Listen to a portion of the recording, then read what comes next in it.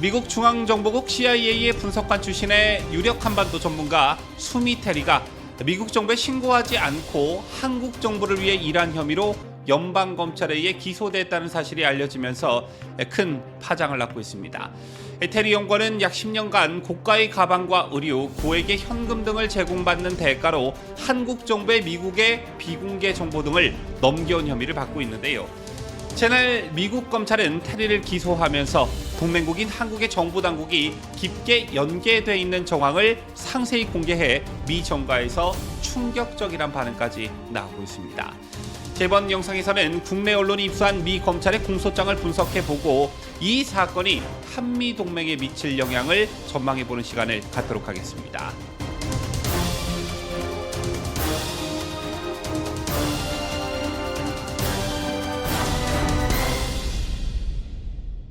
시청자 여러분 안녕하십니까? 뉴스데일리 베스트 미네커입니다.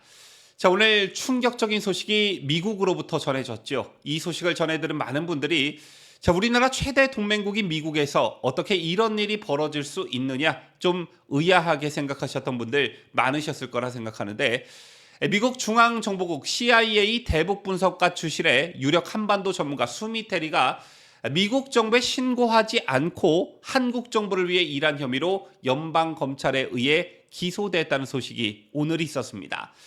테리 연구원은 약 10년간 고가의 가방과 의류, 고액의 현금 등을 제공받은 대가로 한국 정부의 미국의 비공개 정보 등을 넘겨온 혐의를 받고 있는데, 그 자세한 내막이 담긴 미국 검찰의 공소장이 국내 언론을 통해 알려지면서 커다란 파장을 낳고 있습니다. 자, 무엇보다 한미동맹에 어떤 영향을 미치게 될지 이게 가장 우려스러운 상황인데요. 우선 수미 테리라는 인물이 누구인지 잠시 설명을 드리자면 1972년 대한민국 서울에서 태어나 4살의 아버지를 잃고 12살의 어머니를 따라 미국 하와이로 이민한 뒤 미국에서 성장한 수미 테리는 아버지가 돌아가신 뒤에 어머니와 조부모님, 외할아버지와 함께 지냈다고 하는데요. 북한 출신의 조부모와의 기억이 북한에 대한 관심을 가지게 된 계기가 됐다고 합니다. 이렇게 성장한 수미 테리는 미국 시민권자로 보스턴의 한 대학교에서 국제관계학 박사학위를 취득했고 2001년부터 미국 정부에서 일했으며 이후 CIA의 동아시아 분석가로 활동하게 됩니다. 특히 오바마 정부에서는 국가안전보장회의 일본, 한국 및 해양 담당 국장이 됐고 2010년 공직을 떠나기 전까지 국가정보국의 동아시아 담당 부차관보를 역임했습니다. 종합하자면 미 조야의 대표적인 한반도 전문가로 중앙정보국 CIA, 국가정보위원회 NIC, 그리고 전략국제문제연구소 CSIS 등에서 약 25년을 일한 베테랑이라고 할 수 있겠는데요. 이런 이력을 가진 수미 테리가 약 10년간 고가의 가방과 의류, 고액의 현금 등을 제공받은 대가로 한국 정부의 미국의 비공개 정보를 넘겨온 혐의, 즉 미국 정부에 신고하지 않고 한국 정부를 위해 일한 혐의로 미국 검찰에 의해 기소가 됐다는 것입니다. 그리고 보다 자세한 정황을 알 수 있는 31쪽 분량의 뉴욕 맨하튼 연방검찰 공소장이 국내 한 언론을 통해 공개가 됐는데요. 이에 따르면 테리 연구원은 지난 2013년부터 최근까지 약 10년간 워싱턴 DC 및 뉴욕의 외교관 신분으로 파견된 고위급 한국 국정원 요원들과 만나 비공개 정보 등을 건네고 한미 정부 관계자들 간 모임을 주선하는 등의 활동을 해온 것으로 나타났습니다. 그 대가로 테리는 명품 브랜드 루이비통 핸드백과 돌체앤가바나 코트, 그리고 37,000달러가량의 뒷돈 등을 받았다고 검찰은 밝혔습니다. 참고로 미국은 외국 대리인 등록법에 따라 외국 정부나 정당, 그리고 회사 등의 정책 및 이익을 대변하거나 홍보하는 사람은 미 법무부에 등록하고 그 활동을 보고하도록 하고 있는데요. 그러나 테리는 이 규정을 알고서도 고의로 지키지 않았다는 게 미 검찰의 주장입니다. 좀 더 자세히 들여다보면 테리와 우리 국정원 간의 교류는 테리가 CIA를 떠난 지 5년 뒤인 2013년부터 시작이 됐습니다. 박근혜 정부 때로 추정되는데, 공소장에 따르면 주 뉴욕 UN 한국 대표부 외교관으로 가장한 국정원 고위 요원과 처음 만난 테리는 2016년까지 4년간 이 국정원 요원과 지속적으로 교류해 왔다고 합니다.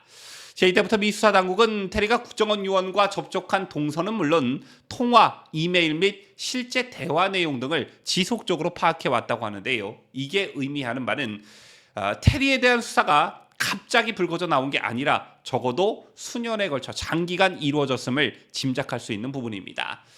그리고 결국 미 수사 당국은 이듬해인 2014년 테리를 소환합니다. 미 연방수사국 FBI 맨해튼 지부에 자발적으로 출석한 테리는 국정원과의 접촉에 대한 질문을 직접 받았다고 하는데요. 공소장에 따르면 국정원 요원과 연락한 사실에 대해 질문을 받자 테리는 눈에 띄게 긴장을 했고 어조도 바뀌면서 말을 더듬었다고 합니다. 당시 테리는 한국 국정원 요원을 만난 사실을 인정했지만 요원 이름을 기억 못한다고 했다가 기억난다면서 말을 바꾸기도 했다는데요. 당시 테리를 조사했던 FBI 요원에 따르면 한국 정책 전문가 집단에서 당신의 지위를 고려할 때 국정원이 금품을 제공하고 그 대가로 정보 등을 요구할 수 있다라고 경고했고 당시 테리는 알겠다라는 취지로 답했지만 이후에도 국정원 요원들에게 정보 등을 제공하고 금품을 수수했다는 게 미 검찰의 시각입니다. 그러면서 미 검찰은 금품 수수와 관련한 구체적 증거를 제시했는데요. 국정원 직원은 2019년 11월 13일 테리와 동행해 메릴랜드주 채비 체이스에서 2,845달러짜리 돌체앤가바나 코트를 구매해 주었습니다. 이 직원의 신용카드로 계산을 했고 외교관 지위를 활용해 면세 혜택도 받았지만 구매 실적은 테리의 계정에 등록됐다고 검찰은 밝혔고요. 테리는 이틀 뒤 돌체앤가바나 코트를 반납하고 4,100달러짜리 크리스찬 디올 코트를 구매했습니다. 또한 돌체앤가바나 코트를 산 날 두 사람은 워싱턴 DC의 다른 가게에서도 2,950달러짜리 보테가 베네타 가방을 구매했는데 이 장면은 가게 안에 설치된 보안 카메라로도 확인이 가능했습니다.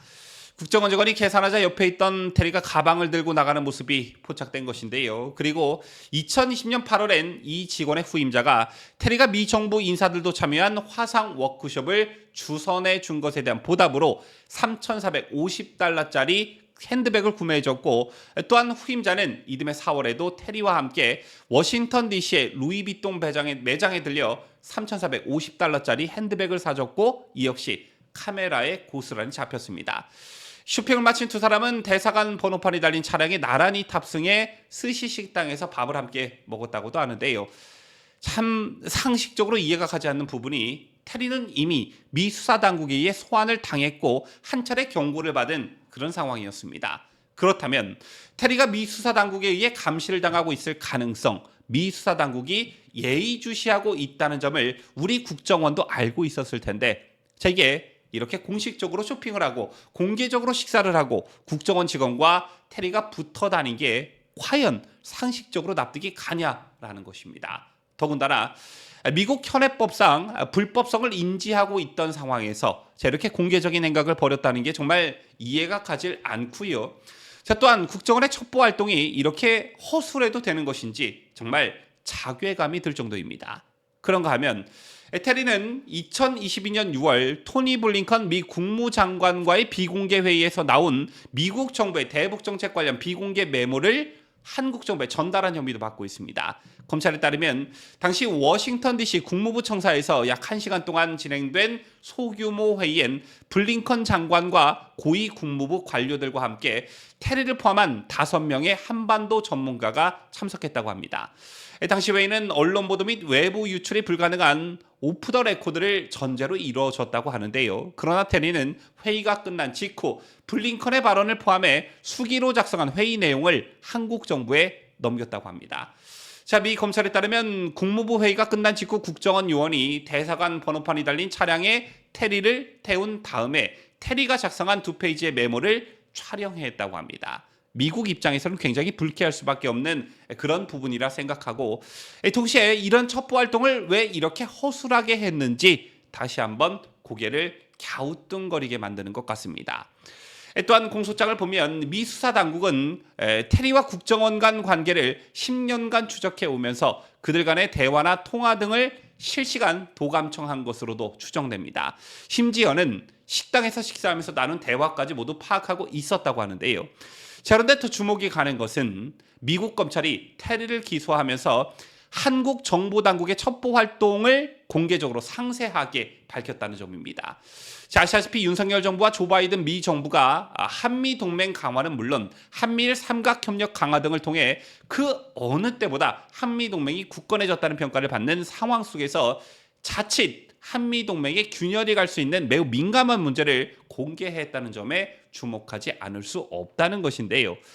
이와 관련해서 미 정가에서는 동맹 관계와는 별개로 한국 정보 당국이 비공식 루트를 통해 정보 활동을 하는 데 대해 경고 메시지를 내놓은 것이라는 관측도 나오고 있습니다.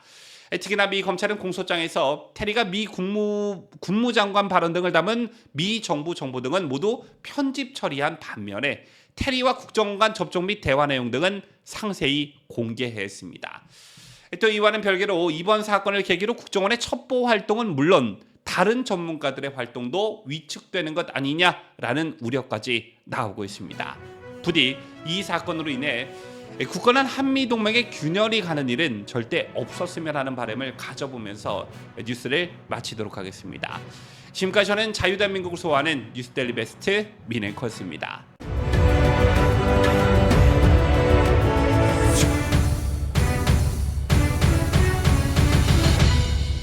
함께해요. 뉴스 데일리 베스트.